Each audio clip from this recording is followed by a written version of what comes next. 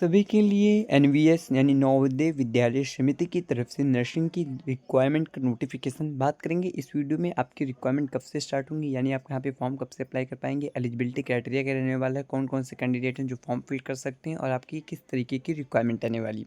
पहले क्लियर कर देते हैं। यहाँ पे दो तरीके की रिक्वायरमेंट होती है। आपकी एक पहली रिक्वायरमेंट होती है कॉन्ट्रैक्ट बेस पे, और यहाँ पे जो दूसरी रिक्वायरमेंट होती है आपकी रेगुलर बेस पे होती है। तो ये रिक्वायरमेंट दोनों आपकी दो तरीके की रहने वाली है। तो ये वैकेंसी आपकी परमानेंट भी आप पे रहने वाली है, उसका नोटिफिकेशन आउट हुआ है। और जो कॉन्टैक्ट बेस पे रिक्वायरमेंट है उसके एप्लीकेशन फॉर्म स्टार्ट है। तो जो कैंडिडेट यहाँ पे एलिजिबल है फॉर्म भी फिल कर सकते हैं ऐसा कॉन्टैक्ट पे। बाकी रेगुलर पे कितनी रिक्वायरमेंट आएंगी, क्या एलिजिबिलिटी रहने वाली, क्या नोटिफिकेशन रहने वाली, बात करेंगे इस वीडियो में। बट इससे पहले अगर आपने नर्सिंग का कोर्स कर रखा है, कहीं से भी कोई भी रिक्वायरमेंट होती है, मिस आउट होती है, तो चैनल को सब्सक्राइब करके बेल आइकन ऑल पे कर लेना। आने वाली जो भी रिक्वायरमेंट होंगी आपसे मिस आउट नहीं होगी। एक बार बेल आइकन ऑल पे कर लोगे तो फ्यूचर में भी जो रिक्वायरमेंट होंगी आपको टाइम टू टाइम पता चल जाएगी, क्योंकि हम कोई भी रिक्वायरमेंट आपसे मिस आउट नहीं होने देते हैं। चलिए बात करें यहाँ पे रिक्वायरमेंट क्या रहने वाली है। तो यहाँ पे आप स्क्रीन में चेक कर पाएंगे, ये आपकी ग्रुप सी ग्रुप डी की रिक्वायरमेंट आने वाली है, यानी आपकी ग्रुप बी और सी कैटेगरी की जो रिक्वायरमेंट होती है इसमें आपके यहाँ पे नर्सिंग ऑफिसर या स्टाफ नर्सिंग की होती है। ये रिक्वायरमेंट फीमेल स्टाफ नर्स की रहने वाली है। इसमें काफ़ी कैंडिडेटों को डाउट होगा कि इसमें male nursing candidate form fill कर सकते हैं। और आप में से देखिए, अगर ये नोटिफिकेशन आपको रीड करना हो तो व्हाट्सअप की लिंक डिस्क्रिप्शन में प्रोवाइड कर देंगे, आप वहाँ से भी जाकर नोटिफिकेशन रीड कर पाओगे। ये जो भी नोटिस बताते हैं आपको व्हाट्सअप पर शेयर कर सकते हैं या डिस्क्रिप्शन में यूट्यूब की लिंक में क्लिक करना, आप वहाँ से भी जाकर रीड कर पाओगे। अब बात करें रिक्वायरमेंट कैसी रहती है। तो ये नवोदय विद्यालय समिति आपकी होती है। ऑल इंडिया के कैंडिडेट फॉर्म फिल कर पाते हैं, आप चाहे किसी भी स्टेट से बिलोंग करते हो।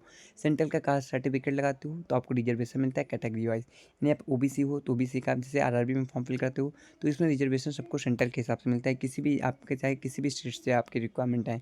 पर ये जो ऑल इंडिया की रिक्वायरमेंट होती है इसमें आपको सेंट्रल का कास्ट सर्टिफिकेट के हिसाब से आपको रिजर्वेशन मिलता है। पोस्ट की बात करें तो इसमें केवल फीमेल स्टाफ नर्स ही फॉर्म फिल कर सकते हैं। अगर आपने मेल कैंडिडेट हैं तो आप फॉर्म नहीं फिल कर पाएंगे, क्योंकि यहाँ पे फीमेल स्टाफ नर्स की रिक्वायरमेंट रिजर्व होती है। बाकी कॉन्टैक्ट पे होती है, वहाँ पे भी फीमेल स्टाफ नर्स ही फॉर्म फिल कर पाएंगे। मेल्स के लिए आएंगे वैकेंसी तो हम आपके लिए बताते रहेंगे। ये जो भी रिक्वायरमेंट आएंगी बेल आइकन ऑल पे कर लेना। इसके भी एप्लीकेशन फॉर्म स्टार्ट होंगे तो आपको टाइम टू टाइम पता चल जाएगा। इसके लिए बेल आइकन ऑल पे कर लोगे तो जो रिक्वायरमेंट होंगी आपको नोटिफिकेशन हम आपके लिए बता देंगे। ये हम आपके लिए इतना कर सकते हैं। जॉब लोकेशन की बात करें तो across India Navodaya Vidyalaya resident school में आपको यहाँ पे जॉब मिलती है।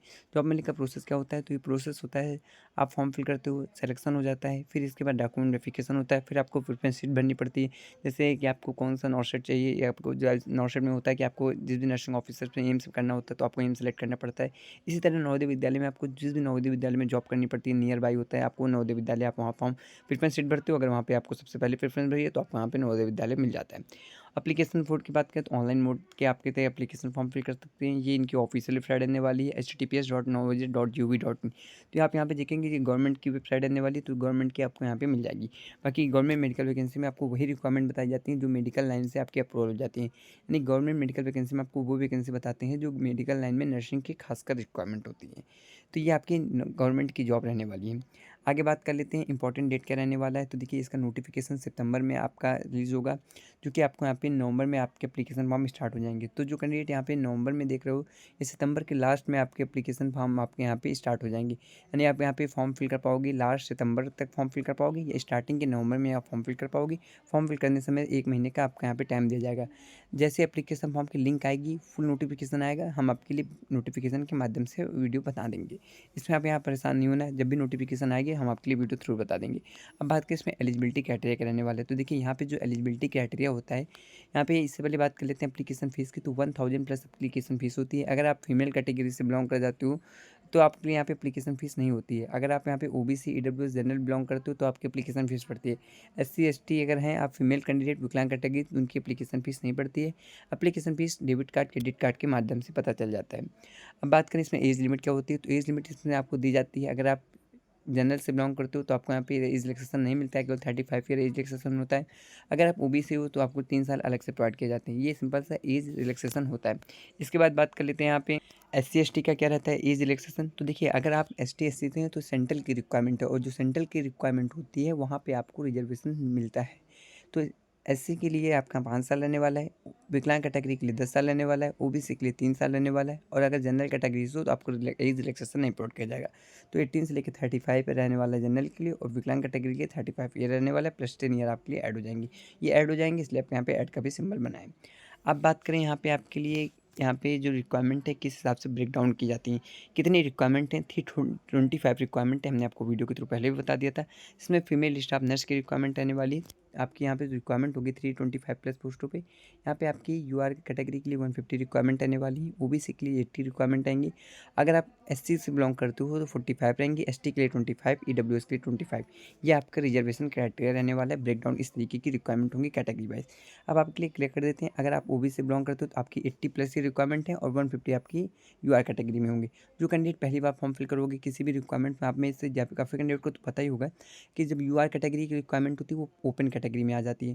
तो इसमें all India candidate form fill कर पाते हैं, आपको रिजर्वेशन मिलता है। बाकी ओबीसी में रिजर्वेशन मिल जाता है, सेंट्रल कास्ट सर्टिफिकेट दिखाते हो। एससी में भी रिजर्वेशन मिलता है, एसटी में भी रिजर्वेशन मिलता है, ईडब्ल्यूएस ये जनरल के आपके यहाँ पे लो इनकम के यहाँ पे कास्ट ईडब्ल्यू सर्टिफिकेट अगर आपके पास है तो भी आपको यहाँ पे रिजर्वेशन मिलता है।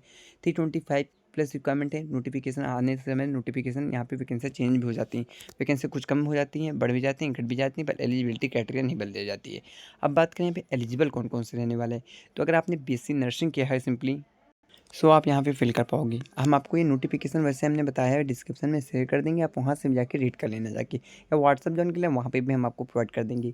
इसमें बीएससी नर्सिंग अगर आपने किया है तो फॉर्म फिल कर सकते हो, चाहे ऑनर्स हो, रेगुलर हो। इंडियन नर्सिंग काउंसिल से आपका रजिस्ट्रेशन होना जरूरी होता है। अब काफ़ी कैंडिडेट हैं जिनका इंडियन नर्सिंग काउंसिल से रजिस्टर्ड नहीं है, वो स्टेट नर्सिंग काउंसिल से आपने रजिस्ट्रेशन कराया था, या जहाँ आपने यूनिवर्सिटी से आपने डिग्री या डिप्लोमा किया था तो आपका यहाँ पे स्टेट नर्सिंग काउंसिल था, तो भी इसमें फॉर्म फिल कर पाओगे, कोई प्रॉब्लम नहीं रहने वाली है। आप हरियाणा से हो, राजस्थान से हो, उत्तर प्रदेश से हो, बिहार से हो, या आप ऑल इंडिया के कैंडिडेट कहीं से भी हो, अगर आप एक रजिस्टर्ड नर्स हो तभी फॉर्म फिल कर पाओगे। क्या अदर कैंडिडेट बिना नर्सिंग के फॉर्म फिल कर पाएंगे रजिस्ट्रेशन के, तो आप लोग अगर फॉर्म फिल करना चाहते हो सो फॉर्म फिल कर पाओगे, प्रॉब्लम नहीं होती, क्योंकि यहाँ पे जो फॉर्म फिल करने का प्रोसेस होता है वो सिंपल से बनाया जाता है कि फॉर्म सब कैंडिडेट फॉर्म फिल कर ले। बट यहाँ पे जो फाइनल आपका डॉक्यूमेंट वेरिफिकेशन होता है, क्योंकि आपका रजिस्ट्रेशन होता नहीं है तो आप बाहर कर दिए जाते हो। अगर रजिस्ट्रेशन कर लास्ट अगर आपका हुआ है फॉर्म फिल करते समय, पहले आपने रजिस्ट्रेशन नंबर फिल किया है फॉर्म फिल करते समय, तो आपका यहाँ पे सिलेक्शन हो जाएगा। वरना आप यहाँ पे प्रैक्टिस करना चाहते हो, यहाँ पे किस तरीके का पेपर आता है अटेंड करना चाहते हो, आपको पेपर अटेंड करने को मिलेगा बिना रजिस्ट्रेशन के। बाकी अगर नर्सिंग की हो तो जितनी जल्दी हो सके अपना रजिस्ट्रेशन करा लीजिए। अगर जेएनएम हो तो एक्सपीरियंस के लिए प्राइवेट भी रिक्वायरमेंट आती हैं, तो वहाँ से जाके ज्वाइन कर लेना जाके, क्योंकि जेएनएम वालों के लिए एक्सपीरियंस अच्छा खासा मांगा जाता है। बाकी बीएससी नर्सिंग वालों के लिए आपके पास एक्सपीरियंस ज़्यादातर नहीं मांगा जाता है। इसी तरह बात करें तो एक्सपीरियंस के लिए, तो अगर आपने जेएनएम किया तो हमने आपको बताया जैसे 50 प्लस बेड का मिनिमम 2 साल का एक्सपीरियंस है, ये बीएससी नर्सिंग वालों के साथ नहीं मांगा जाता है। अभी ये एक्सपीरियंस हटाया भी जा सकता है, जैसे नोटिस आएगी हम आपके लिए बता देंगे, क्योंकि ये फुल नोटिफिकेशन नहीं है। फुल नोटिफिकेशन में फाइनल आपका एक्सपीरियंस लिखा जाता है, कितना एक्सपीरियंस है ये।